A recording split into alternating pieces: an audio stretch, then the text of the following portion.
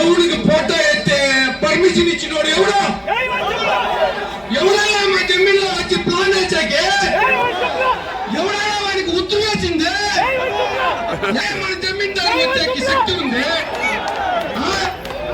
మా జమీన్ మన జమీన్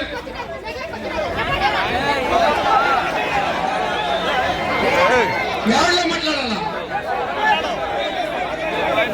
நம்ம இடத்துல யார் வந்து இறங்கணும்?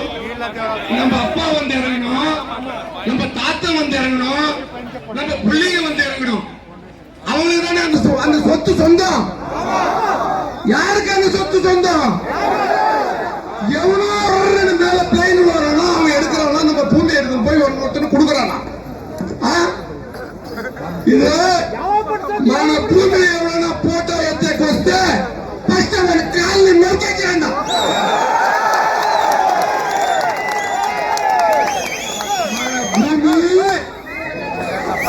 మన భూమి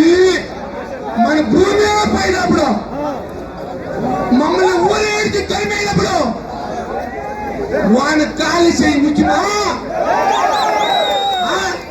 మన ఫ్యామిలీ చంపిస్తా ఉంటారు కదా. నేను ఉండు చూడి ఒక సెకండ్ ఉంటున్నాను.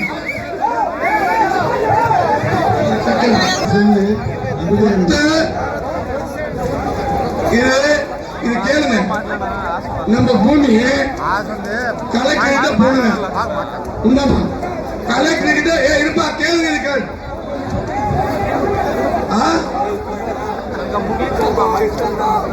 మేము భూమి ఇచ్చల్దో మా ప్రాణమునే పోతాను. మా భూమి ఇచ్చల్దో మా భూమిని ఇస్తే 1000 జన్మ మేము చేస్తాము. 1000 జన్మ మేము చేస్తాము. ఈ ప్రభుత్వానికి మేము హెచ్చరికిస్తా ఉన్నాము. మా భూమిని ఎత్తి ఇంకో కార్పొరేట్ కంపెనీకి ఇస్తామంటే మా ఒత్తూరు జనాలు అంత తెలివడికి లేకుండా ఉండారా? మనము అందరికి తెలివడికి వచ్చేసే 12 హౌసింగ్ బోర్డులకు ఇష్టమే, 5 సిప్ కార్డులకు ఇష్టమే, సుత్తు రోడ్లు వచ్చినాయి ఇష్టమే. సరే ఏమో డెవలప్ అవుతుందండి. ఆ రోడ్ పక్కన 1 ఎకరా 1.5 ఎకరం ఇష్టమైతే యావదో వాల్యూ వస్తుందండి. మనం ఇష్టమే. ఆ 1 ఎకరా 1.5 ఎకరాను ఒక్కొక్క కిలోమీటర్కి ఎత్తితే మనం ఏం బతుకుతామా?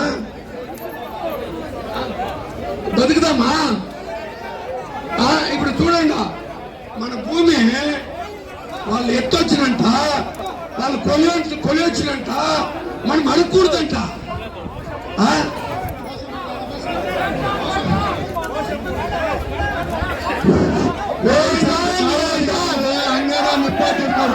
பூமியை இதை நிப்பாட்டிருக்காங்க பசங்க எல்லாம். எங்க பூமியை விடமாட்டோம்.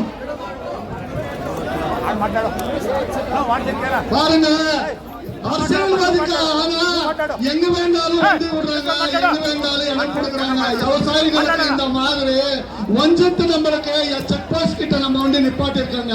விவசாயிகளுக்கு உள்ள எந்த மாதிரி அரசாங்கம் எச மாதிரி பாருங்க. செக் போஸ்ட் செக் போஸ்ட் கிட்ட பெங்களூர் ரோட்ல